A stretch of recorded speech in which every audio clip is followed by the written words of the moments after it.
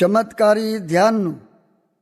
સ્વામિનારાયણ હરે સંવત 1882 મહાવદી એકાદશીને દિવસ સ્વામી શ્રી સહજાનંદજી મહારાજ શ્રી અમદાવાદ મધ્યે શ્રી નરનારાયણના મંદિરમાં આથમણી કોરે મુખારવિંદ કરીને વિરાજમાન હતા અને સર્વ શ્વેત વસ્ત્ર ધારણ કર્યા હતા ને કંઠને વિશે ગુલાબના પુષ્પના હાર વિરાજમાન હતા ને કાનની ઉપર ગુલાબના પુષ્પના ગુચ્છ વિરાજમાન હતા અને પાગને વિશે ગુલાબના પુષ્પના તોરા વિરાજમાન હતા અને પોતાના મુખારવિંદની આગળ મુનિ તથા દેશ દેશના હરિભક્તની સભા ભરાઈને બેઠી હતી.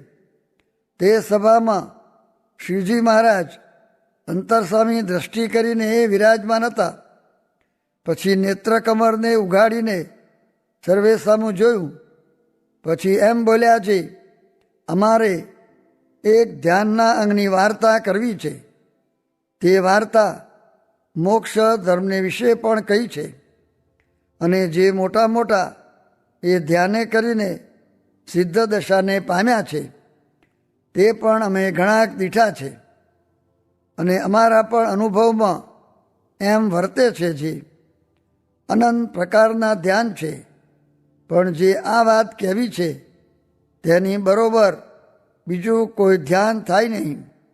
જેમ કોઈ ચમત્કારી મંત્ર હોય અથવા ચમત્કારી ઔષધિ હોય તેમાં સ્વાભાવિક જ ચમત્કાર રહ્યો છે, તેમ જે આ ધ્યાન અમારે કહેવું છે તે ધ્યાનમાં પણ એવો સ્વાભાવિક ચમત્કાર છે જે તત્કાર સિદ્ધ દશાને પામી જાય.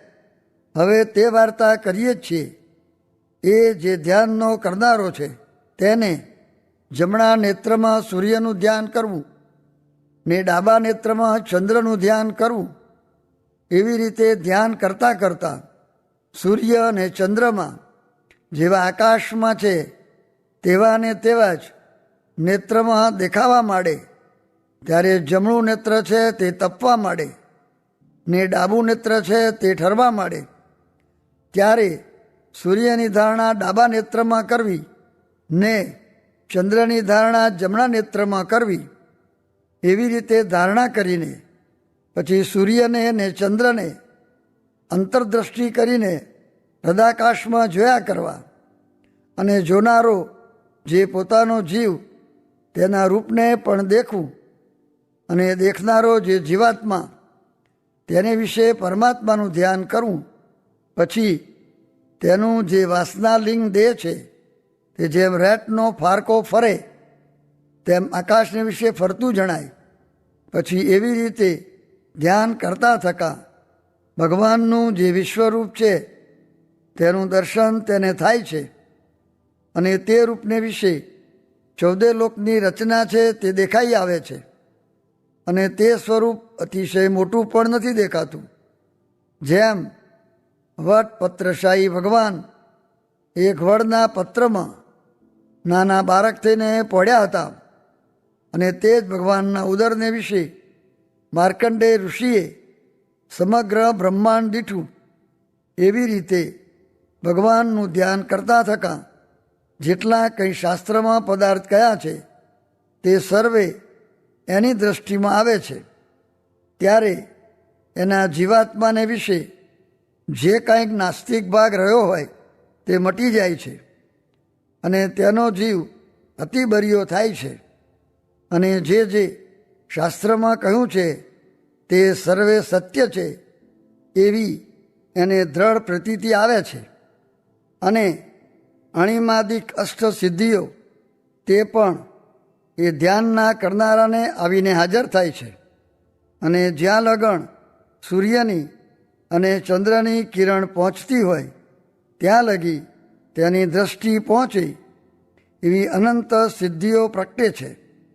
પણ પરમેશ્વરનો ભક્ત છે માટે કોઈ સિદ્ધિઓને ગ્રહણ કરતો નથી, કેવળ પરમેશ્વરનું ધ્યાન કરે છે. ત્યારે એ ધ્યાનનો કરનારો નારદ સનકાદિક શુકજીના સરખી સિદ્ધ દશાને પામે છે. માટે અનંત પ્રકારના ધ્યાન છે, પણ તત્કાર સિદ્ધ દશાને પમાડે એવું તો એ જ ધ્યાન છે. એટલી વાર્તા કરી રહ્યા ત્યારે મુક્તાનંદ સ્વામીએ પૂછ્યું છે, એવું ધ્યાન તે અષ્ટાંગ યોગને માર્ગે કરીને પ્રાણાયામ કરતો હોય તેને જ સિદ્ધ થાય છે કે બીજાને પણ થાય છે? ત્યારે શ્રીજી મહારાજ બોલ્યા છે, પ્રાણાયામવાળાનો કાંઈ મેર નથી. એ તો જો એવા ધ્યાનનો અભ્યાસ કરે ને તે પરમેશ્વરનો એકાંતિક ભક્ત હોય તો તેને જ ધ્યાન સિદ્ધ થાય છે. પણ બીજા જીવ થકી તો એ માર્ગને વિશે ચલાતું જ નથી. માટે એ ધ્યાનના જે અધિકારી છે તેને તો કહ્યું એવું જે એ ધ્યાન તે થકી બીજો તત્કાર સિદ્ધ થયાનો ઉપાય નથી. ઇતિ વચનામૃતમ. એવી રીતે અમદાવાદ પ્રકરણનું પહેલું વચનામૃત જે તે થયું.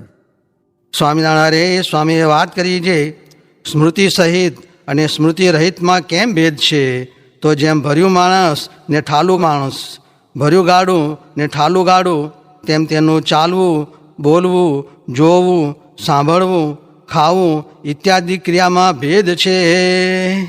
સ્વામિનારાયણ સ્વામીએ વાત કરી છે, પ્રથમના કરતાં આજ કેટલુંક દેશકાળનું સાનુકૂળ છે ને મોરે તો કટક આવતા, હિમ પડતા, કાળ પડતા, તીડ આવતા ને ચોરને ધાડા પડતા ને તૂટ્યું તે સર્વે ઇત્યું કહેવાય. સ્વામિનારાયણ હરે સ્વામીએ વાત કરી છે, તીર્થને વિશે જળની બુદ્ધિ ન કરવી ને ભગવાનના ભક્તને વિશે જાતિની બુદ્ધિ ન કરવી. મરને ભગવાનનો ભક્ત સ્વપચ હોય તો પણ પોતાના કુટુંબે સહિતનો મોક્ષ કરે છે ને તે વિના 12 ગુણયુક્ત એવો બ્રાહ્મણ છે તો પણ પોતાનો મોક્ષ કરી શકતો નથી. સ્વામિનારાયણ હરે સ્વામીએ વાત કરી છે, આ લોકના હોય તે આ લોકમાં ભળી જાય ને આ લોકના ન હોય ને પરદેશી હોય તે આ લોકમાં ભળે નહીં ને ભળે તો ચિત્તમાં ગુણાતીતમાં ને ધર્મમાં રહીને ભળે ને અહીં આ બધું નિર્ગુણ કરીને બેઠા ત્યારે હવે એ નિર્ગુણનો શો ખપ રહ્યો? માટે જ્ઞાન વૈરાગ્યથી નિષેધ કરી મૂકવું ને કામ, લોભ, માન, સ્વાદ એ આજ્ઞાબાળ જેને વળગ્યા છે તેને બ્રહ્મ રાક્ષસ વળગ્યા છે. સ્વામિનારાયણ હરે સ્વામીએ વાત કરી છે, નિર્વાસનિક સાથે હેત થયું હોય તો તેને ધક્કે મારીને લઈ જાય છે. તે તો સવાસનિકને કેમ જણાય જે મારે હેત થયું છે? ત્યારે બોલ્યા છે, એની આજ્ઞાએ કરીને અથવા પ્રારબ્ધ વશે કરીને છેટું રહેવું પડે તો પણ તેને પાસે રહ્યાની ત્રાણ રહ્યા કરે ને ધક્કા તે શું? તો એના વિષયનું અનેક પ્રકારથી ખંડન કરી નાખે. સ્વામિનારાયણ હરે સ્વામીએ વાત કરી છે, ઝાઝા શબ્દ સાંભળે તો અંગ તૂટી જાય ને બુદ્ધિમાં ભ્રમ થાય, માટે બહુ શબ્દ સાંભળવા નહીં. સ્વામિનારાયણ હરે સ્વામીએ વાત કરી છે, દેશકાળ જોઈને વિચારીને વાત કરવી, પ્રેમને રસ્તે ચાલવું નહીં. તે ઉપર પોતાની વાત કરી છે, મારામાં બહુ પ્રેમ હતો તેથી પ્રાગજીની પેઠે વાત કર્યા વિના રહેવાય નહીં. તે ઉપરથી કૃપાનંદ સ્વામી કહેતા છે, તમને તો ગુરુ કરશું. ત્યારે મેં કહ્યું છે, મારો શો વાંક છે? ત્યારે કૃપાનંદ સ્વામીએ કહ્યું છે, તમારા લક્ષણ ગુરુ થાઓ તેવા છે. આટલી વાતું કરે, આટલી સેવા કરે, આટલું ભજન કરે તે ગુરુ થયા વિના કેમ રહે?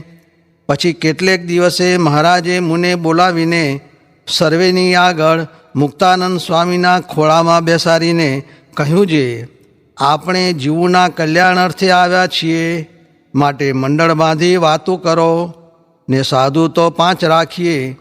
પછી મેં કહ્યું છે, મહારાજ મારાથી મંડળ કેમ ચાલે? ત્યારે મહારાજ કહે છે, સાધુ તો 10 રાખીએ, 25 રાખીએ એમ કહ્યું.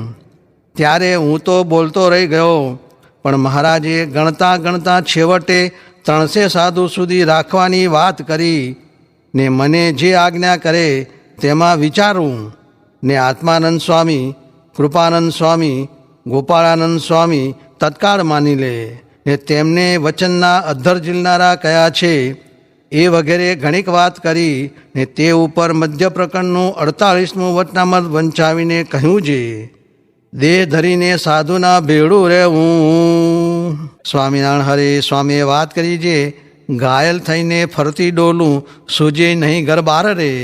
એનો અર્થ છે અહીં રહેવાતું નથી ને ઘરમાં પણ ગોઠતું નથી. સ્વામિનારાયણ હરે સ્વામીએ વાત કરી છે, ગયે રાજા જેવો રાજા કરવો છે તે થાશે ત્યારે પછી 2 કરોડ માણસ આ છે તેથી બીજા ભગવાન ભજશે ને રઘુવીરજી મહારાજ જેવા આચાર્ય કરવા છે.